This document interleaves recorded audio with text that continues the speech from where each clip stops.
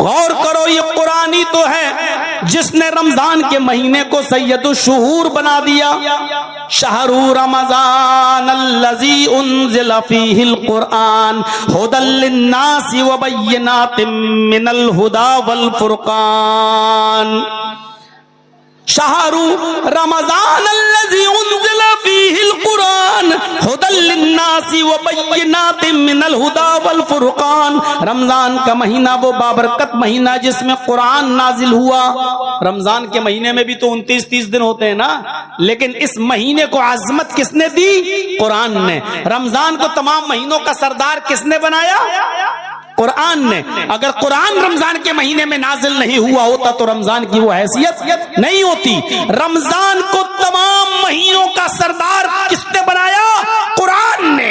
یہ ہے قرآن کی عظمت. اچھا، رمضان کے مہینے میں بھی ایک رات آتی ہے جس کو ہم شب قدر بولتے ہیں، جس رات میں قرآن نازل ہوا. اس ایک رات، جس رات میں قرآن نازل ہوا، جانتے ہو اللہ تعالیٰ نے اس رات کے مقام و مرتبے کو کتنا بلند کر دیا ہے؟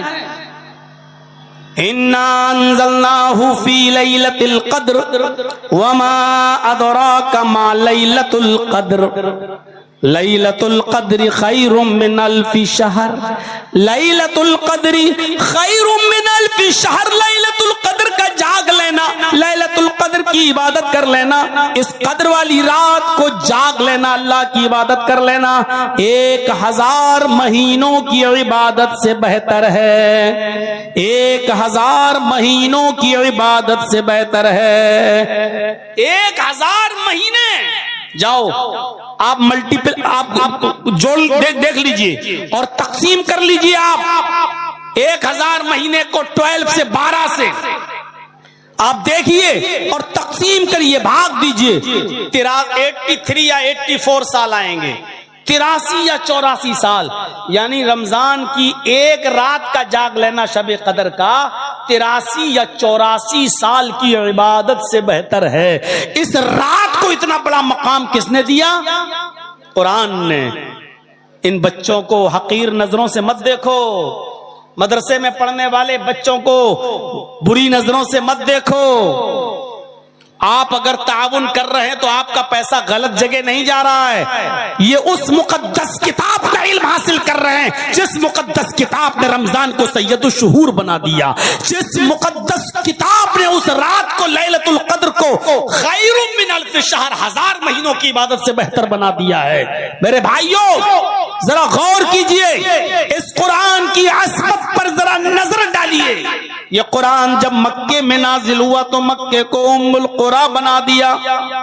یہ قرآن جس مہینے میں نازل ہوا اس مہینے کو سید الشہور بنا دیا. یہ قرآن جس رات میں نازل ہوا وہ رات لیلۃ القدر خیر من الف شہر بن گئی. اس قرآن کو جو فرشتہ لے کر آیا محمد رسول اللہ صلی اللہ علیہ وسلم کے قلب اطہر پر، معاف کیجئے گا بہت ہی دو ٹوک بول رہا ہوں، یہی جبرائیل تھے جو موسیٰ پر تورات لے کر آئے، یہی جبرائیل تھے جو عیسیٰ پر انجیل لے کر آئے، یہی جبرائیل تھے جو داؤد علیہ السلام پر زبور لے کر آئے. لیکن جبرائیل عام فرشتے تھے، کوئی ان کی اہمیت نہیں تھی. لیکن جب یہی جبرائیل قرآن کریم کو لے کر جناب محمد رسول اللہ کے پاس آئے اور قرآن کا نزول جب محمد کے قلب اطہر پر کیا تو اللہ نے قرآن کی برکت سے جبرائیل کو سید الملائکہ بنا دیا، تمام فرشتوں کا سردار بنا دیا. آپ دیکھیے تو خیرکم من تعلم القرآن وعلمہ. جس قرآن نے ساری چیزوں کی حیثیت بدلی، اس قرآن نے پڑھنے والے اور پڑھانے والوں کے مقام کو بھی بلند کر دیا.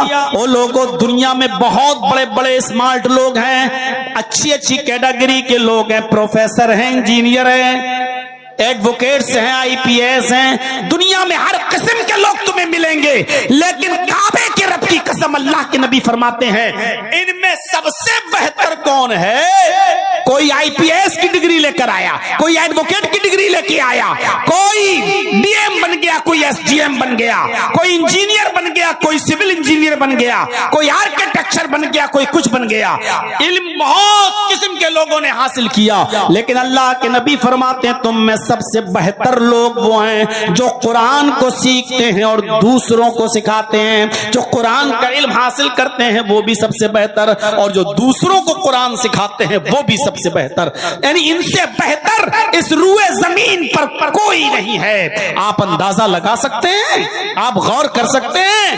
میرے بھائیوں, ہر باپ کی ذمہ داری ہے, ہر باپ کی جو صاحب اولاد ہے اس کی ذمہ داری ہے کہ وہ غور کرے کہ اس کی اولاد کہاں جا رہی ہے, کس طرف جا رہی ہے.